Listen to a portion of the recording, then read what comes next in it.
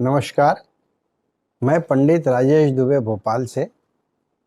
नवरात्र के निरंतर आप हमारे कार्यक्रम देखते आ रहे हैं। नवरात्रि पर विशेष 9 दिन माता के 9 रूप, उसी के अंतर्गत आज बड़ा महत्वपूर्ण दिन, शुभ तिथि अष्टमी। नवरात्र का पर्व जब मनाया जाता है तो उसका सबसे महत्वपूर्ण दिन जो होता है वो अष्टमी का माना गया है। लोग घट की स्थापना करते हैं, घट का पूजन करते हैं नाना प्रकार से, और उस पूजन में कठोर व्रत उपासना भी करते हैं। जिसका जो सामर्थ्य होता है, यथाशक्ति तथा भक्ति होती है। माता के इन 9 रूपों का जब हम वर्णन करते हैं तो 8वीं मूर्ति के रूप में माता महागौरी के नाम से जानी जाती हैं।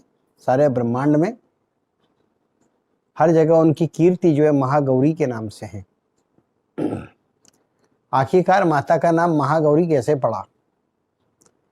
माता श्याम वर्णा थी, और श्याम वर्णा माता जब संसार में विचरण करती थी, गोचर करती थी, तो उस समय चारों ओर अन्य नारियों में गौर वर्ण की नारियों को देखकर उनके मन में ऐसा भाव आता था कि गौर वर्ण मेरा होता तो कितना अच्छा होता। ये सोचकर उन्होंने गौर वर्ण को प्राप्त करने के लिए कठोर तप करी। भगवान श्री शिव का जब शिव ने अपनी लीला के अंतर्गत समाधि अवस्था में देखे कि माता पार्वती कठोर तपस्या में लीन हो गई, शिव के लिए कुछ चिंता के भाव हुए, और फिर भगवान श्री शिव जो है माता भगवती के पास स्वयं पहुंच गए। देवी, तुम तप क्यों करती हो? तुम्हारा मनोरथ क्या है? तुम्हारी भक्ति से मैं प्रसन्न हूं। भगवान तो जानते थे, लेकिन ये तो लीला थी देवताओं की। तो माता पार्वती ने अपना पक्ष रखी और उन्होंने कहा कि सारे संसार में स्त्रियां गौर वर्ण की हैं और मैं श्याम वर्ण की हूं। तो अनायास महादेव ने जो है उन्हें कहा कि हे गौरी, तुम क्या चाहती हो? तो ये सुनते ही माता पार्वती प्रसन्न हो गई, क्योंकि भगवान शिव तो बिगर मांगे देने वाले हैं, भोले भंडारी हैं। तो माता ने कहा कि आप मुझे काया सिद्धि का वरदान दें, और उस काया के सिद्धि प्राप्त होने से माता का वर्ण गौर वर्ण हो गया। और गौर वर्ण भी कैसा? कनक के समान। देखिए, यहाँ पर कनक 2 प्रकार से माने गए हैं। एक स्वर्ण को माना गया, दूसरा गेहूं को माना गया है। तो यहाँ पर जो गेहूं था, जो कनक है, उसके आधार पर आप जो उसका रंग है माता का, उस प्रकार से हुआ। अब माता का दिव्य भाव, अत्यंत अलौकिक भाव, और उनके रूप का सौंदर्य देखते ही नहीं बनता, निहारते ही नहीं बनता।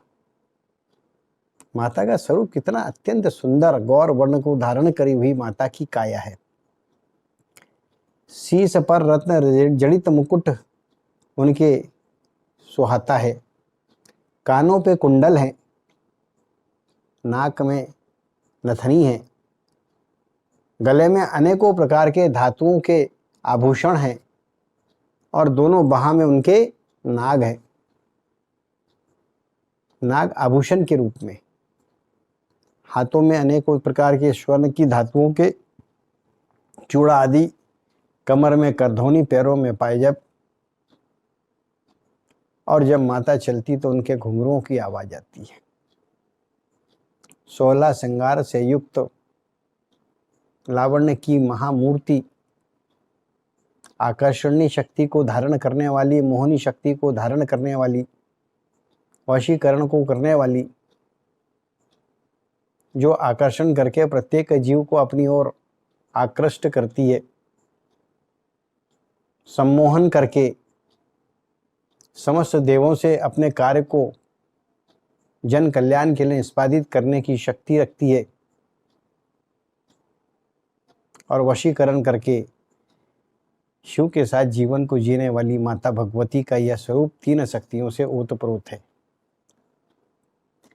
3 गुण भी त्रिगुणायक है। रजोगुण, तमोगुण, तीनों गुणों को धारण करती है। ये माता के आभूषण और सौंदर्य था। अब माता जो है उनका जो स्वरूप है, आभूषणों को धारण करने के बाद जब दर्शन करते हैं तो आनंद में परमानंद और परमानंद में विभोरानंद।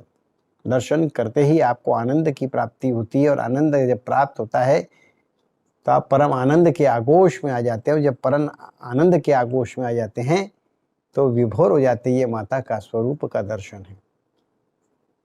गौर वर्ण सुंदर सा चेहरा, शीश पर मुकुट से सजा हुआ, 3 नेत्रों को धारण करने वाली, 4 हाथों से युक्त। माता का दाहिना ऊपर का हाथ जो है वो वरद हस्त है और नीचे ऊपर वाला जो हाथ है वो वर देने वाला हस्त है, नीचे वरद हस्त है। वर मुद्रा और वरद मुद्रा में माता का दाहिना हाथ है। बाएं हाथ में माता के अस्त्र है और डमरू है। देखिए, दाहिने हाथ से ऊपर वरद हस्त है, वरदान देती है। वर हस्त में वर मुद्रा ही है, वरदान दे रही है। और नीचे से उनका वरद हस्त है जो संपूर्ण संसार को कुछ देना चाहती हैं। एक हाथ में अस्त्र है, वह शौर्य और पराक्रम से जीने की शैली को प्रदर्शित करने वाला संकेत देता है। तो बाएं हाथ में उनके डमरू है दूसरी तरफ। और डमरू क्या है? वह डमरू जिसे भगवान शिव ने बजाए थे तो 12 खड़ी की उत्पत्ति हुई थी। जो हम अक्षर बोलते हैं उसका ज्ञान और उसका भान और उसका बोध जो था वो डमरू से हुआ था। डमरू से अक्षरों की उत्पत्ति हुई थी। भगवान शिव ने जब डमरू बजाए थे तो ज्ञान के वह सारे शब्द का कोश माता अपने हाथ में रखी हुई है। ज्ञान का प्रदर्शन करने वाली माता भगवती है। आज उनका पूजन होता है। यह सौम्य स्वरूप है। दूसरा पूजन जो माता का स्वरूप है वो क्या है? जब माता युद्ध के लिए उद्यत होती है, रण कौशल में जाने के लिए तैयार होती है तो बाघ की सवारी पर होती है। उनके 8 हाथ होते हैं और वो 8 हाथ का मतलब उन 8 हाथों में शक्तियां होती है। तलवार, गदा, भाला, बर्छी, धनुष, शंख और उसके बाद खेटक, तोमर। इस प्रकार से उनके हाथ में जो है शक्तियां रहती हैं जो युद्ध के रण कौशल की है। और वही भाले से माता महिषासुर का आज अष्टमी के दिन वध करती है। ये कल्याण की मूर्ति अपने आप में समग्रता को ली हुई है। संपूर्ण शक्तियों से युक्त संयुक्त है। यह संयुक्ता शक्ति है। नवरात्र के 9 दिनों में माता भगवती ने देवों के कार्यों को सिद्ध की, स्वर्ग के कार्यों को सिद्ध की, मानव के कार्यों को सिद्ध की और प्रत्येक जीव का संरक्षण करी। बीजों को पुष्पित करके उसका संरक्षण करी। उत्पत्ति के मार्ग को बढ़ाना माता का केवल ध्येय। माता केवल एक बात जानती है, उत्पत्ति उत्पत्ति उत्पत्ति। माता भगवती का अष्टमी को नवरात्रि की 8वीं मूर्ति के रूप में पूजन किया जाता है और प्रमुख माना जाता है।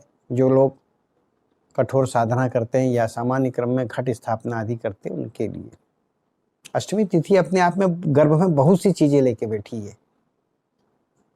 अष्टमी के दिन माता का जब पूजन होता है तो उसके अंदर सबसे पहले कन्या का पूजन, कौमारी पूजन लोग करते हैं अधिकांशतः। कन्या का भोजन कराया जाता है कौमारी पूजन के साथ में। और शिशु रूप में जो बालिकाएं होती है उनको देवी का स्वरूप मान के उनका पूजन करते हैं और संकल्प लेते हैं संसार में कि ये उत्पत्ति की मार्ग को बढ़ाने वाली भगवती की स्वरूपा है, इनका संरक्षण और संवर्धन अनिवार्य है, इसलिए उनके पैर से लेकर सिर तक उनका पूजन किया जाता है। कन्या खिलाने के विधान के पीछे ये एक सामाजिक, आध्यात्मिक और मानवीय संदेश है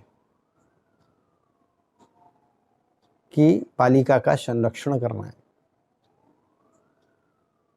इसी के साथ में हम आगे देखेंगे तो जब अष्टमी का पूजन होता है तो उस अष्टमी के पूजन के अंतर्गत अधिकांश घरों में कुल देवताओं की पूजन होती है, कुल देवी की पूजन होती है। अब यहाँ पर एक नई हम आपको जानकारी देंगे कि जब कई लोग ऐसे होते हैं जिनको उनके कुल देवी कौन है इसका ज्ञान नहीं होता। चिंता मत करिए, जिस प्रकार से आपको गोत्र का ज्ञान नहीं होता तो आपको कश्यप गोत्र प्रदान किया जाता है, क्योंकि काश्यप में समस्त गोत्रों का उत्पत्त भाव है।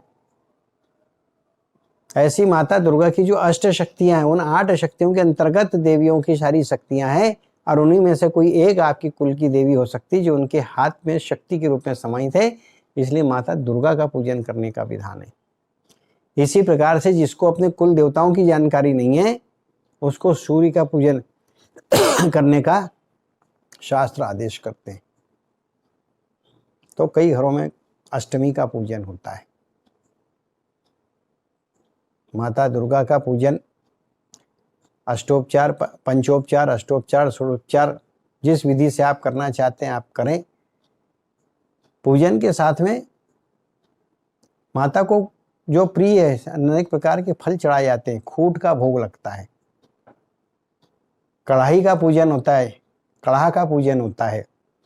ऐसे नाना प्रकार के पूजन करके माता को प्रसन्न करते हैं और उसके साथ में फिर हवन करते हैं। हवन के पश्चात फिर माता का उत्तर श्रृंगार करके उत्तर पूजन किया जाता है और फिर माता अपने पूर्ण समग्र रूप के साथ में नवमी के दिन देविका के स्वरूप में दर्शन देती हैं।